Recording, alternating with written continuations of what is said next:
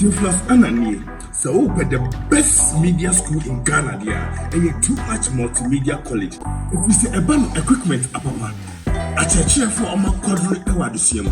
any air conditioned room there, the band media law, advertising, camera handling, and a marketing there. And then a location of a coffee pipe junction. Fanamba ne boasio, na wankasa frɛ. Na obi andada wa, na memo bi nkasa me frama. Wankasa frɛ, abati bi.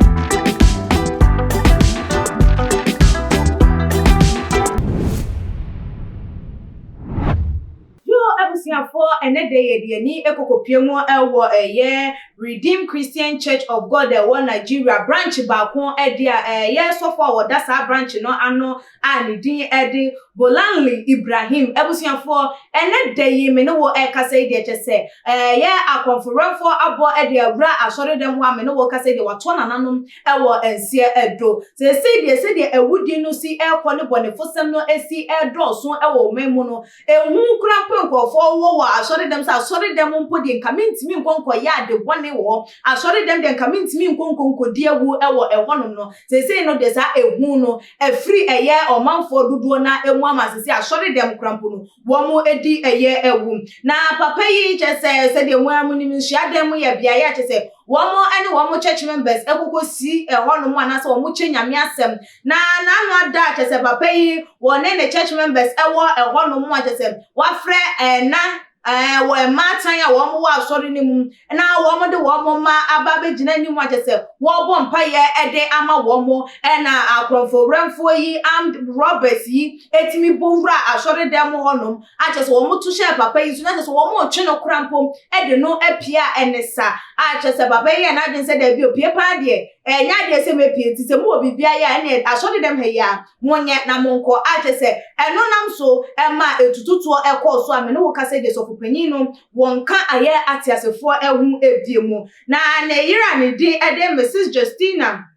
Alibosi echema na chese ebra sa ensem no si ye kwampo na chese ni kunu no wo otwen mu o akonkyere mu awode ne yefo ato won ma chese wo twen ewrade anim ena sa ensem we esi ye na yesofo panyin yi nsusu a waka nkyini egoi wono susu ni nua ba nsusu ede ensem bi ebebetu edwana ansa na ye bekọ ensem no eso no na mekan mo ese ochade herbal center ena eso yesen ema ye di adwumadie no eba ebebesom mo da ene da wacha de etwemu a wo wo do ya de achinchin wo de achinchin a doctor for eso wo de achinchin adonsi for eso wo de achinchin malam for so ehe na won fa wo ya de no nkoye na so ebesi sa abre nya de sem apomuden krampo no wanya bie wontimi enkeka wo se de na esem na efata wo ya de no krampo afi krampo na eye agensem ositu wadwemu na nsanse wo hia no nko ade na ne wo hia eye wa ya resa ene sasanse nyankopom amaninim de edefa enubna ene enhabama enwo sanse wo se yendi duaba no yemfa na hahan ensa yare enti hahan na no ene wodi edi eye niduma enti ene de yare biara edokoro wo honhum ade ehunamani ade wotenetem eno nti hwehwe ne kyakwan ewodansoman anase tamale obetimi so afa ne number ewo screen no eso na one no edi eye inkita ho na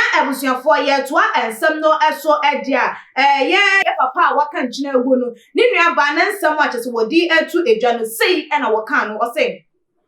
even before they killed him, they showed him his picture to identify if he was actually the right person they came for. His death was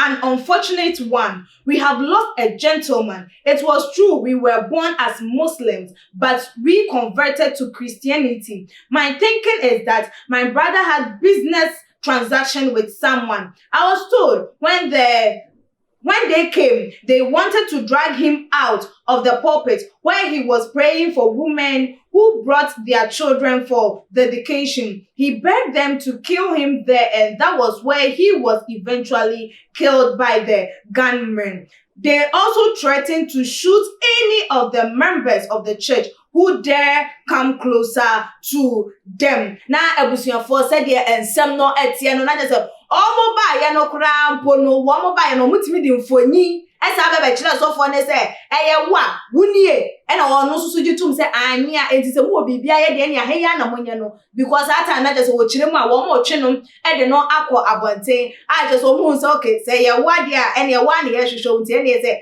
sorry dem ya na abesi ye ndi wawudi a ene esomu e na je eye wado a just wo mo ebo ntuo e wo e ho no a wo mo sa bo eye ensori ma no ehu ne ntere ne so wo bibiare ni wa ana wo bibiara wo be ye na adwen se wo be kama like obeba be cross wo mo ana oba be twintwa wo mo ana mu ne de ene ne nsa ne ba no so de ene wo pe wuwo bi ena ewuo ene sa asese ebusuafom me ne wo ekasa de sofo yi won kan atiasefo hu bia no nam so amane nsori na asori ne branch no yesese wo ma close no na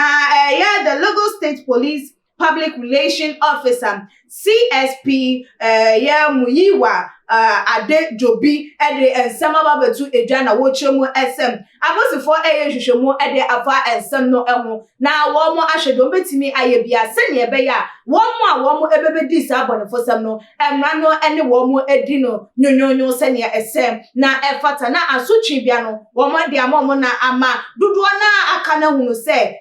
no enya de se wo betimi edi bone na wafa wo ho edi eye totoro eto na ebusuafo se nyamedwuma mu kura mpo no ena ye kum eye enkrofo e wo ho because utimu se we eye contract killing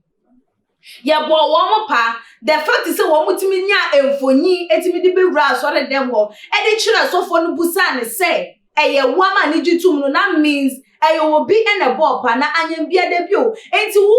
uyonko e de afira atasefo asase anyambia na de wo hwehwe no won saka se eye business transaction se de maami e kan na bia